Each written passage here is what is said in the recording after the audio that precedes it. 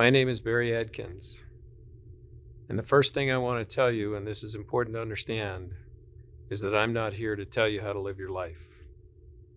I don't know you, and you don't know me, and I have no business telling you how to live your life. But I am here to tell you a story, and as you listen to that story, I want you to think about what you want your story to be. Where do you want to be in 5 years or 10 years?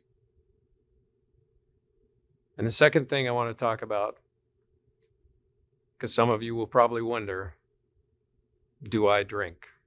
And the answer to that is yes, I do. I will have a beer at night sometimes, but I never drink and drive. And quite often, with the job that I do that pays my bills, I will end up out in bars and restaurants at night with other people that are drinking.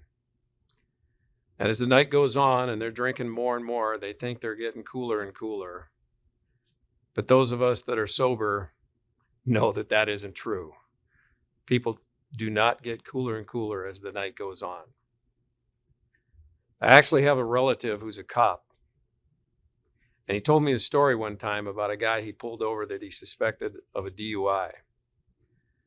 So he pulls the guy over, and you would think if you've got a beer in your hands, you're going to hide that beer when a cop comes up to the car, right? Not this guy. The cop walks up to the door of the car, looks in, and the guy's got the beer sitting between his legs. Not smart.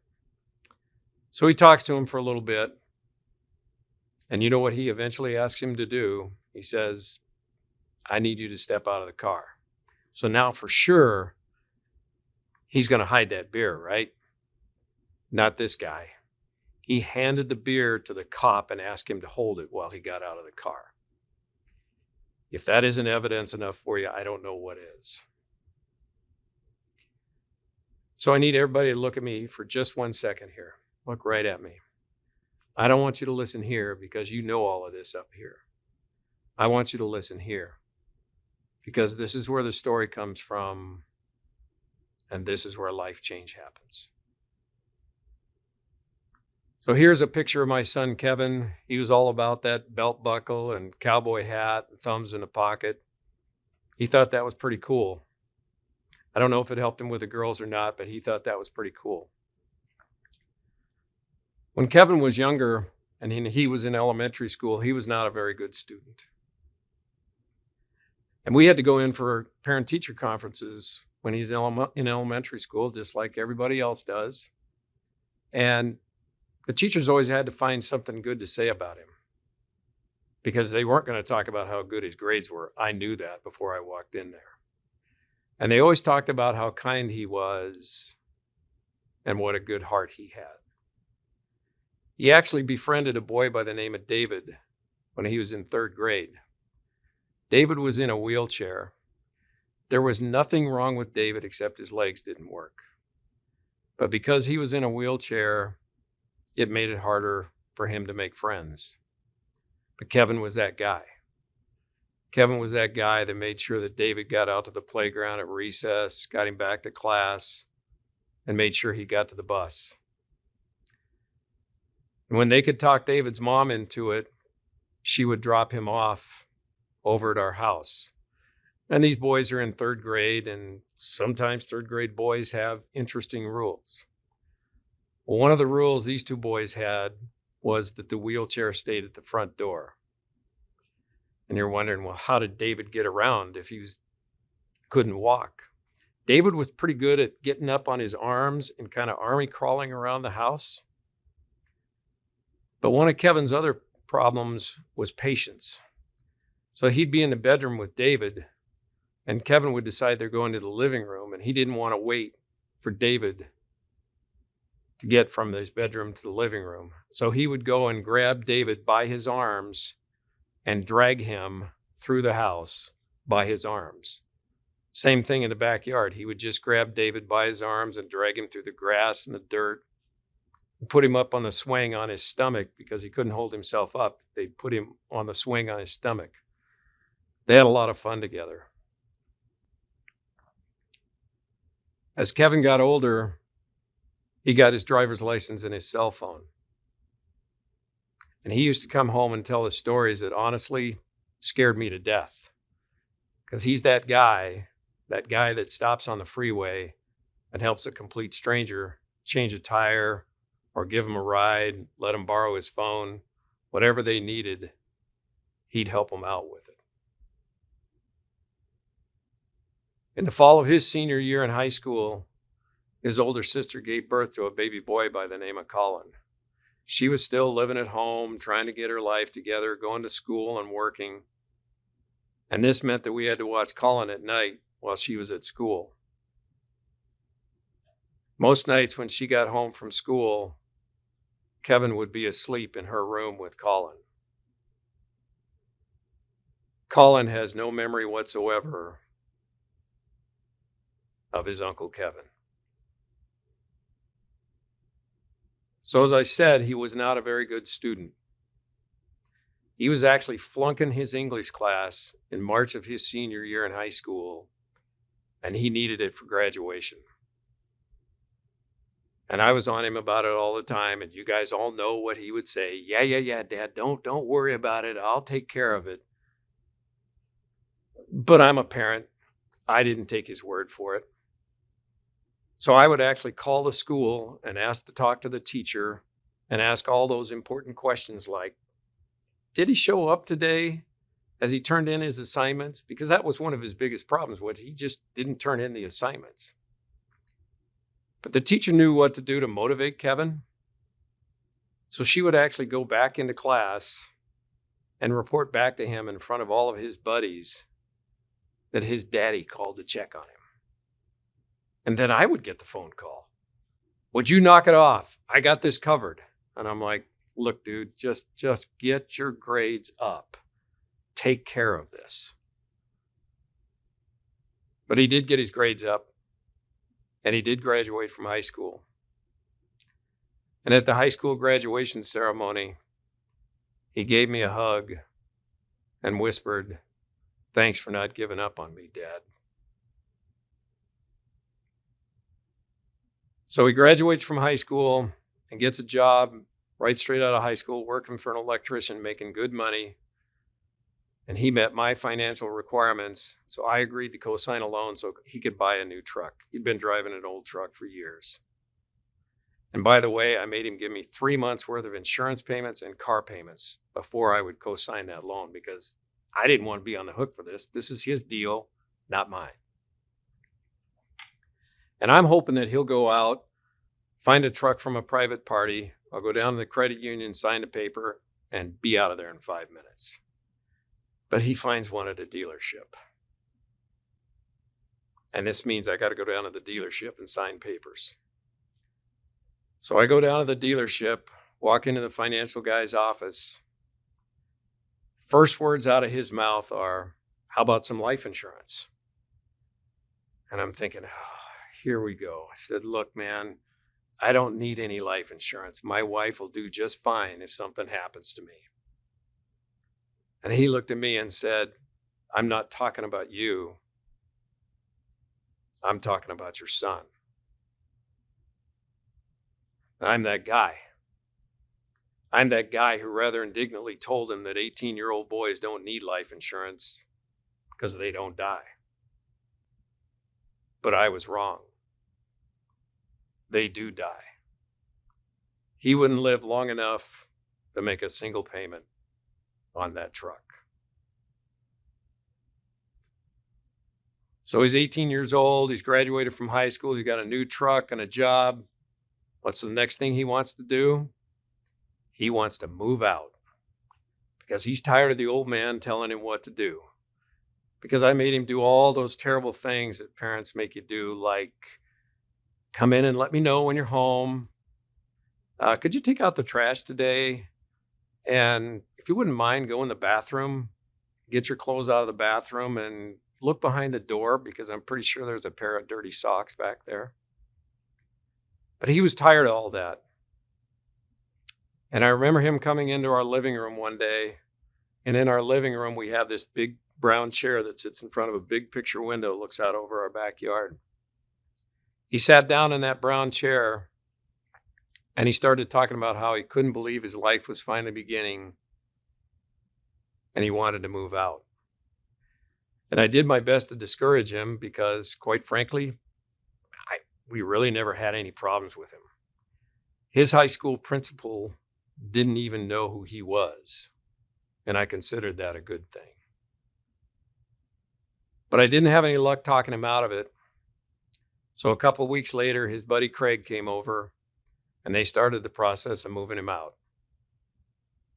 They threw a bed, a TV, and a dresser in the back of his truck, and that was his idea of moving out for the day. And he went back into his bedroom, picked up a clean pair of jeans off the floor, threw them in the dryer to de-wrinkle, and came back in and told me something I've never forgotten. He said he wasn't going to take his toothbrush with him, that he'd be back tomorrow and get it. He went back in, put his jeans on. I walked out front with him like I normally do, gave him a hug, told him that I loved him and to be careful, and watched him drive away. It was the last time I saw him alive. That night, his buddies decided to throw a little housewarming party for him. Started with a keg of beer and moved on to shots. I'm going to play a little voicemail he left for his sister that night. You'll hear him talking about how he's really drunk, how he just did 6 or 7 shots in a row, and how he loves Colin Adkins more than anything in the whole world.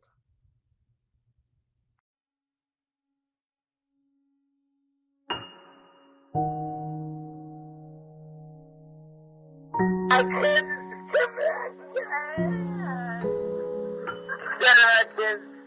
I took like how many shots in a row? 6 or 7 shots in a row. I'm really drunk. I was calling at kids more than he was so long. Go forget looking over at little kid more than he was so well. I'm drunk. He's not. End of message.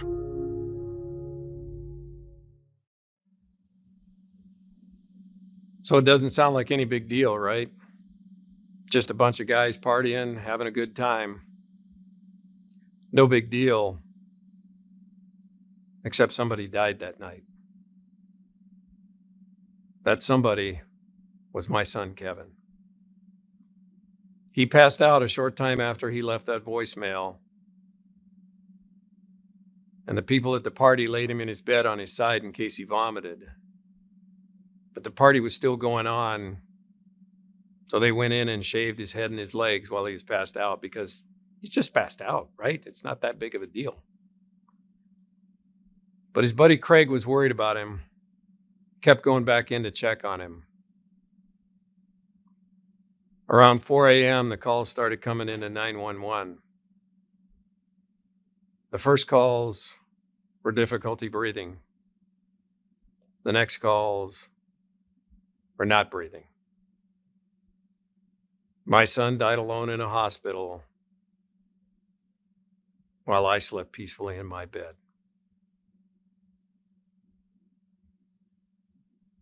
The next morning was Sunday morning. My wife and I are sitting around talking about what we're going to do that day or not do that day. At about 8:30 in the morning, the doorbell rings. And we're looking at each other because we weren't expecting company. And I open the door and I see 2 police officers and somebody in plain clothes standing at my front door. Should have been a big red flag, right? It should have been. But I'm that guy. It didn't even occur to me that something bad had happened. I actually joked with them as they came in, thinking this has to have something to do with a dog or a parked car. I had nothing, man. I didn't know why they were there. But they didn't laugh at any of my jokes. One of the police officers and the person in plain clothes stayed by the front door. The other officer walked in and stood in front of that brown chair that Kevin sat in two weeks before and talked about how his life was finally beginning. He said there'd been an accident and that your son is dead. One of us asked who it was because we have a number of children. They said it was Kevin, and they handed me his driver's license. There's something pretty final about it when a police officer hands you your child's driver's license. Because until that moment, that exact moment in time, you're holding out hope that this is all just a big mistake.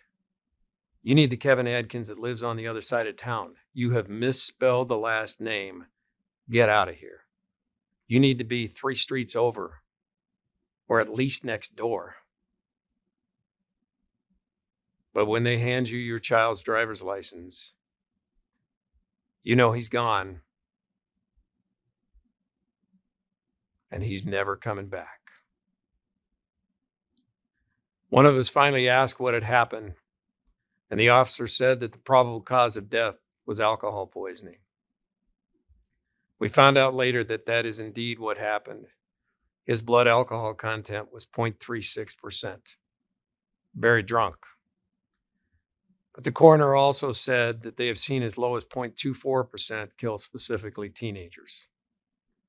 It's the only statistic you'll ever hear me mention, and the only reason I mention it is because when somebody's passed out, there's no way of knowing how much trouble they're in. You need to get them to a hospital. And if you're ever in that situation, think about Kevin's buddy, Craig. It's a night he'll never forget. Dark days, man. There's just a lot of really ugly stuff you have to do. You have to tell that story over and over again. You have to visit a funeral home and plan for a memorial. You have to sort out a little detail like, what are we going to do with his remains? I was angry with God, and I told him so. Not a good idea, but I was upset. I simply did not understand why he would take my son at such a young age. In fact, I tried to bargain with him. He's God. He can do anything. Back time up to last night. Take me and let my son live. 2 days later, I had another life-changing event. I received a message from God. It's taken me 15 years to come up with the guts to talk about it. I was laying in bed when I felt what I can only describe as a presence in the room. There was a light I'd never seen before and haven't seen since. The message was clear.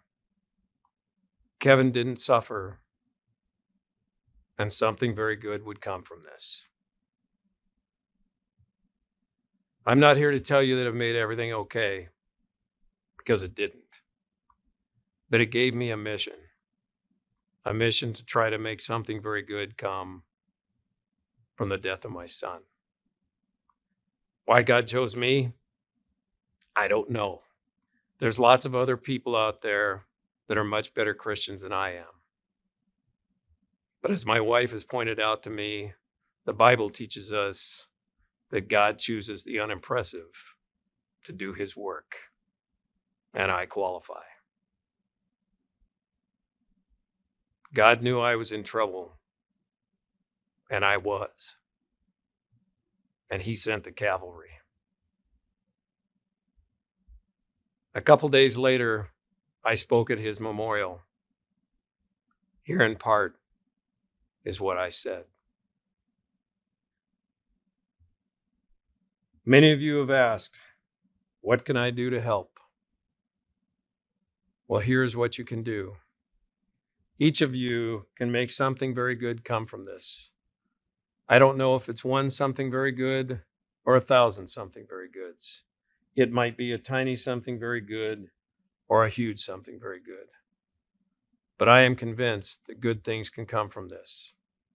I don't know who, what, when, where, or how, but I know that it will. I ask each of you to find that something very good and make it happen. That is what you can do for us and for Kevin.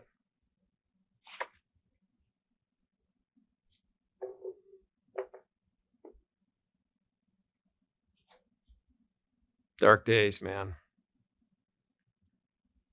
We got the call about a week later to come and pick up Kevin's remains. We decided to have him cremated. And I went down to the funeral home, walked into the funeral home, and, they're playing nice music in the background, nice pictures on the wall. They take me into an office, set me down in a big, comfortable leather chair with a big desk sitting in front of me. And a funeral director walks in and sets an urn down in front of me. An urn that holds all the remains of the kid that I burped, changed his diapers, coached his baseball, soccer, football, taught him to shoot a gun and swing a golf club. All the remains of him were sitting in an urn in front of me. There's one thing I knew at that point, and that was that I didn't want to be a victim. Because the world doesn't need any more victims. We got plenty of them already. The world needs people who take something bad and they make something very good come from it. And I thought about what I would hope somebody else would do if it happened to their kid. And for me, the answer was pretty clear. It was to get out and tell the story, not to raise money, because here's another dirty little secret for you. There is no money in the world that'll fix the hurt. It doesn't exist. The only thing that helps is to try to make something good come from such a senseless tragedy. We wrestled with what to do with his remains. I actually grew up in Montana, and Kevin had been to Montana a number of times and always talked about wanting to move there someday and buy a ranch. So we decided to take his ashes to Montana. I suppose a normal person would have put them in their car and driven up there. But I decided to put them in my backpack and walk there. Again, not to raise money, but to tell the story. Because I guarantee you, you don't want to ever have to go through this. So I suppose some of you are wondering, well, that's a great story, Barry, but what does this have to do with the Bible and Christian faith? Well, here's the thing. The Bible is still very relevant 2,000 years later. And I've got 3 very simple things that are very simple and biblical truths. And the first one is about decision making. The 2 most important decisions you're ever going to make are about drugs and alcohol. It isn't even close, guys. You need to educate yourselves about the dangers of drug and alcohol abuse as if your lives depend upon it. Because it does. And what does the Bible say about temptation? It has a lot to say about temptation. We don't have to look any further than the Lord's Prayer. Lead us not into temptation, but deliver us from evil. In 1 Corinthians chapter 10, verse 13, Paul writes, "No temptation has overtaken you that is not common to man. God is faithful, and he will not let you be tempted beyond your ability. But with the temptation, he will also provide the way of escape, that you may be able to endure it." And the second thing is about adversity. Bad stuff's going to happen to you. You're not going to make the team. You're not going to get that scholarship. The way you respond to adversity is going to define your life. Notice I didn't say it might, it will. And the Bible has plenty to say about adversity.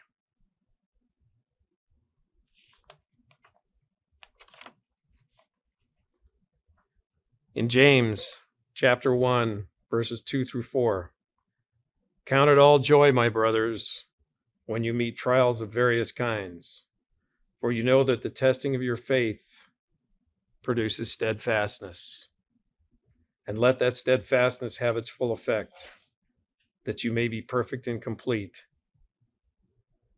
lacking in nothing.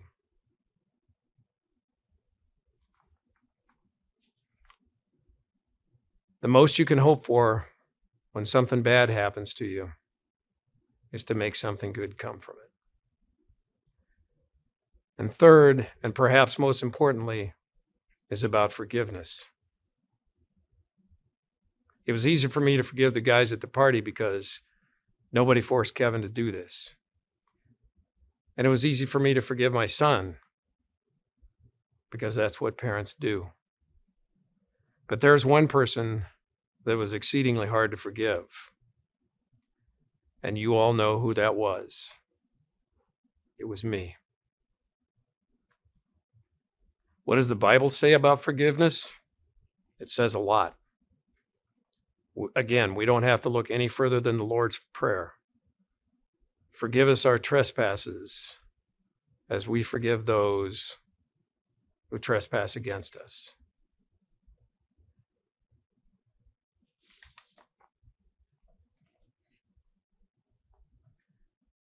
In Ephesians chapter 4, verses 31 and 32, get rid of all bitterness, rage, anger, brawling, and slander, along with every form of malice. Be kind and compassionate to one another, forgiving each other, just as in Christ God forgave you.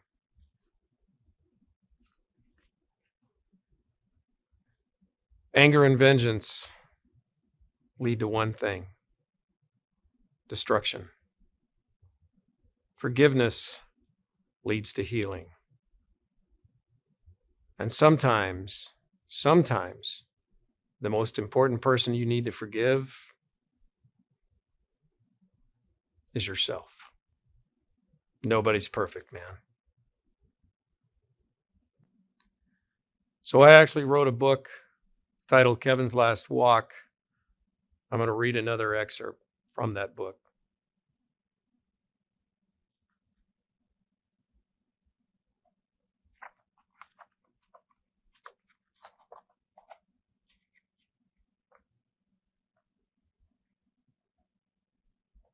This is something I call a letter to Kevin. Dear Kevin, well, son, it was one incredible journey. I kept you close to me all the way. Your ashes were there in my backpack to give me strength and courage every time I spoke.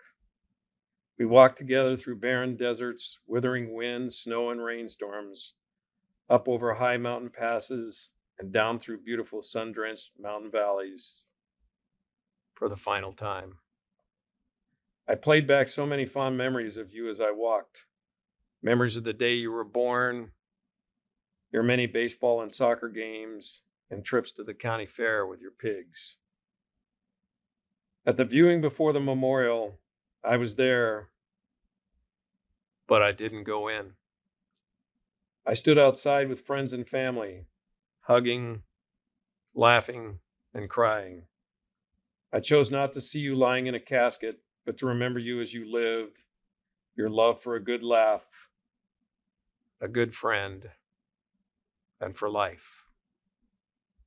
You taught me many things in life about being a father and what it means to love a child. Your death has taught me how deep that love goes and that life holds no guarantees. You taught me that God has a plan for each of us and that sometimes someone must die so that others might live. You are no longer with us physically, but you'll always be with us in our hearts. Love the dad. So this is Kevin's story. And my question for you is, what do you want your story to be?